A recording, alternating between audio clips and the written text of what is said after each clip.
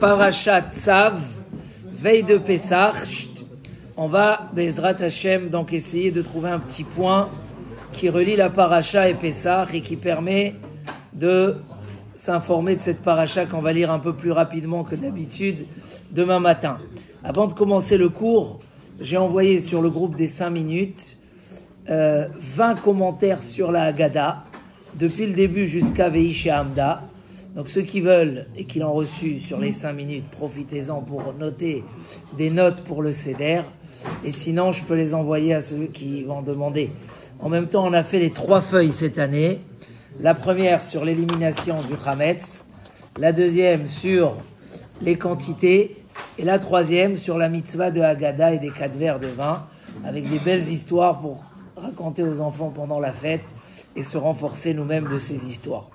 Alors, Parashat Tzav, Rashi dit En Tzav ela lashon ziruz. C'est quoi Tzav? C'est empressé, zrizout, empressement. Il dit Rashi, pourquoi il fallait empresser plus? Parce que on parlait du Korban Ola. Et dans le Korban Ola, il y a une perte d'argent. Il n'y a pas de gain d'argent. Parce que les Kohanim ne prennent pas grand-chose dans le Korban, ou ils ne prennent rien dans le Korban. Donc, il fallait dire, Tzav, ordonne-leur que quand même, ils gardent l'empressement. Et après, il y a marqué dans la paracha, Esh tamid tukad ala misbeach. Il faut qu'il y ait toujours le feu allumé sur le misbeach, jamais qu'il s'éteigne. L'homme, beaucoup des Sfarim prennent de ça comme un remèze. Qu'un homme doit garder toujours l'enthousiasme, le feu de l'amour d'Akadosh Baruch Hu, de l'amour de la Torah. La question, elle est 2 questions. Comment le faire? Ok, Tzav, je t'ai ordonné. Mais est-ce que, parce que je t'ai ordonné, alors la flemme, elle va rester de côté?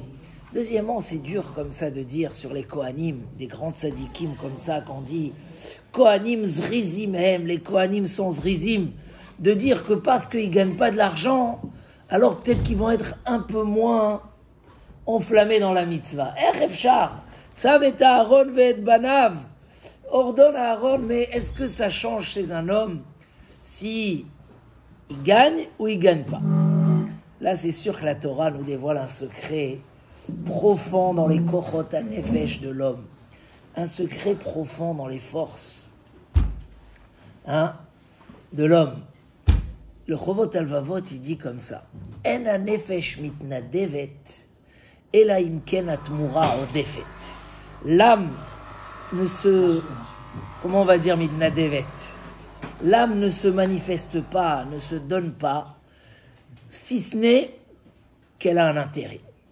Un homme, dans sa nature, il cherche tout de suite c'est quoi l'intérêt. Tout de suite, qu'est-ce que je gagne de ça? S'il gagne quelque chose, il est motivé. Combien qu'il gagne plus, il va être motivé plus. Même des fois, il gagne juste un plaisir. Il sait qu'il doit voyager demain en Israël, alors il va se réveiller tôt. Comment ça va se passer? Parce qu'un homme qui voyage forcé, il peut ne pas se réveiller. Pourquoi? L'homme, la nature de l'homme, c'est combien qu'il gagne quelque chose. Alors, automatiquement, il a de l'enthousiasme, il a de la zrizout. Ma pshat baiser, c'est quoi la solution? Est-ce qu'on va travailler toute notre vie que chez l'Olishma, parce qu'on gagne quelque chose? On veut servir à Kadosh Baruch Hu. C'est quoi le secret de la zrizout? Alors justement, cette paracha est collée à Pessah, Michael. Et à Pessah, on parle beaucoup de l'empressement, du zèle. On parle du ripazon. Pourquoi Hachem a fait sortir les Bnei Israël? Ki beripazon yatzata mimitzraïm. Car tu es sorti avec empressement, il n'y a pas eu le temps. Les Égyptiens, ils étaient là, allez, sortez, partez. Il y a les premiers-nés qui meurent, et ils n'ont même pas eu le temps de faire leur matzot, leur pain. Il fallait, c'était un incident, ou c'était prévu comme ça? C'était prévu. Le Avoudréam, il dit, mais ça veut dire quoi ils ont été empressés? Alors il s'est marqué dans la mitzvah de Rosh Chodesh, Hachem il leur dit, vous allez manger des matzot. Donc c'était déjà prévu qu'ils doivent manger des matzot. Il dit, oui, le Avoudréam, c'est sûr, Kadosh Baruch Hu voulait qu'ils sortent dans l'empressement, il les a déjà prévenus, mais réellement, quand ils sont venus faire le pain, c'est l'empressement qui les a empêchés à faire le pain. Mais on leur a dit que c'est le plan divin, que Akadosh Baruch Hu voulait que la sortie d'Égypte se fasse Beripazol. Pourquoi? Quel intérêt? Il les a prévenus qu'ils allaient manger de la matzah. Chez Akol ni Abidvaro. Amen. Il les prévient qu'ils vont manger de la matzah. Pourquoi ils ne préparent pas de la matzah? Nachon. D'après ça, ils avaient préparé de la matzah. Mais ils avaient le droit de manger de la matzah et du chametz en même temps. Et eux, quand ils se sont mis à faire leur chametz, parce qu'ils prenaient des provisions pour la sortie, ils n'ont pas eu le temps de le laisser gonfler. Donc en fait, il y a eu les deux choses ont été prêtes. C'est quoi? Pourquoi Hachem voulait que ça soit Bechipazon? On revient au pshat du Maharal, la chose extraordinaire. Chipazon, ça veut dire que je laisse pas le temps pour faire les choses. Chipazon, ça veut dire il n'y a pas de temps. La sortie des Bnei Israël, elle aurait dû se faire en 6 mois. Vous savez c'est quoi faire sortir un peuple entier? 600 000 personnes. Rien que les réunir. Rachidi a eu un miracle énorme.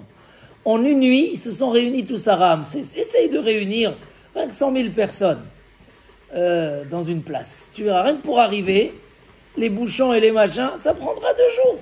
Comment il y a eu un miracle, Chipazon? La sortie qui sortent. Mais il y a les gens qui peuvent s'asseoir, faire leur pain, manger leur steak, et il y a à peine 50 000 personnes qui sont sorties des portails. Comment c'est possible de sortir tellement de monde? Ah, il y a ici quelque chose d'extraordinaire. Hachem voulait que la création du peuple d'Israël se fasse au-delà du temps. Il n'y a pas de temps. Il n'y a pas de Zman. Il n'y a pas de Zman, il n'y a pas de temps. Vous êtes au-delà du Zman. Ça veut dire, là on dévoile c'est quoi le peuple juif. Et là on dévoile c'est quoi notre mission et la Torah et les mitzvot qu'on fait. Il n'y a pas de temps. Les gens ils sont partis maintenant. Il y a des gens qui étaient en plein travail, qui ne peuvent pas laisser leur travail même pas un jour. Et ils sont partis pour 9 jours. Hein. Pendant 9 jours, là, on ne va pas mettre les tefilines. Ils sont partis. Les femmes ont travaillé sur les maisons. Mais d'où elles ont les forces? On a fait des courses, ça a coûté la viande, Baruch Hashem, elle a doublé de prix. Mazé, comment c'est? Où on est? Comment on fait? Il n'y a pas de calcul. On est au-delà de la réalité. On a dans notre gène, à l'intérieur de nous, alors il y a qui ont le droit de râler, mais ça ne change pas, ils vont faire tous les mitzvot, et ils vont acheter la viande, et combien ça coûte les matzot? Il n'y a pas de temps, de prix, de valeur. Pourquoi? Parce qu'on travaille sur quelque chose d'éternel. Netzach Israël, l'éternité. Tout ce qu'on fait, on sait que l'essentiel, comment écrit le Messiat Yesharim. Aolam Azeh Domeli Prosdor, on est venu pour justement avoir préparé notre monde futur. Le but, Klalo Shel Davar, Adam lo nivra ba'avur matzavo ba'olam hazeh. L'homme n'a pas été créé pour ce monde-là, pour la situation ici. Ici, c'est que l'intermédiaire. Et là-bas, avur matzavo ba'olam haba. L'homme, il a été créé pour son olam haba. Et là, chez matzavo ba'olam hazeh, emtsaï le matzavo ba'olam haba, shu tachlito.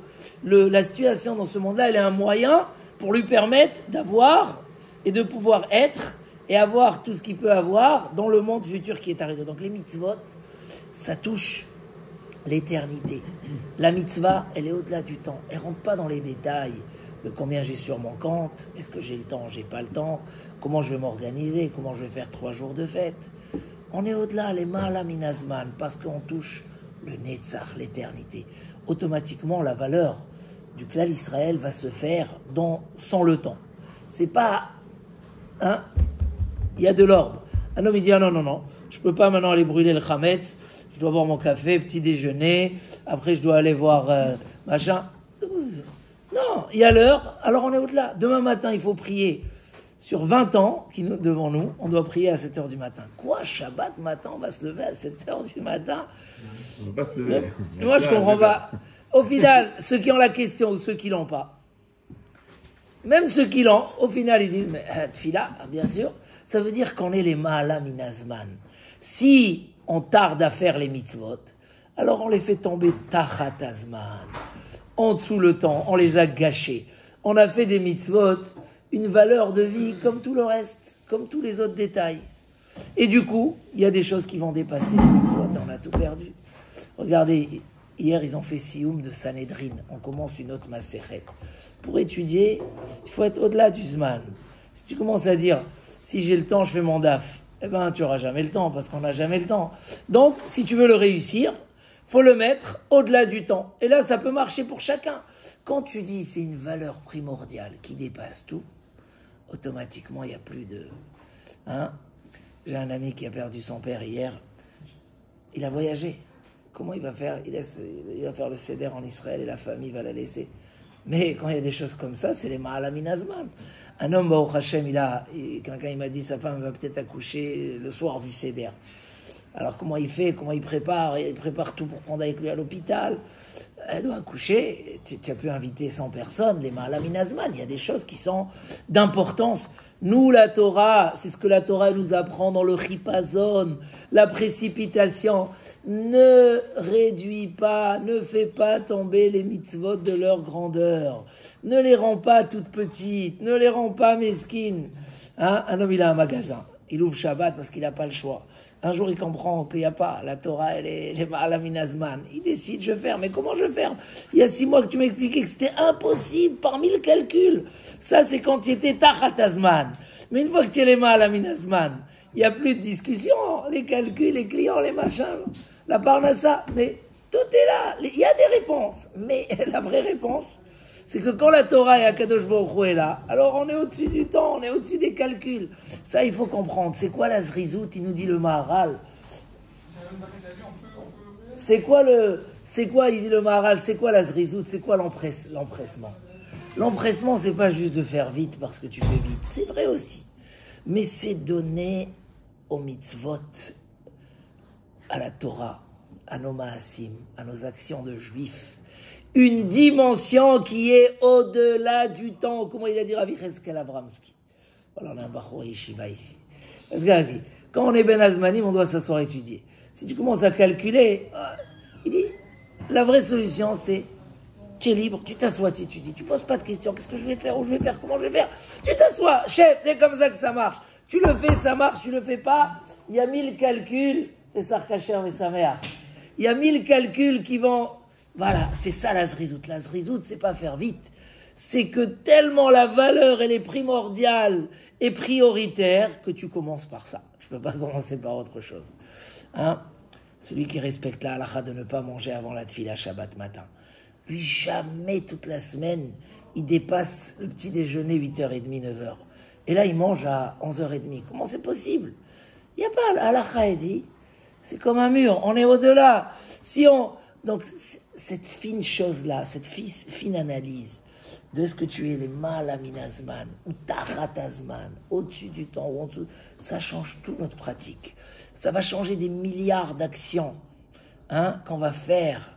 Des milliards d'actions qu'on va faire. Pourquoi? Parce que ça va être un quotidien. La mitzvah, elle passe toujours avant. Elle passe toujours avant tout. Et donc, tu t'enrichis dans cette éternité.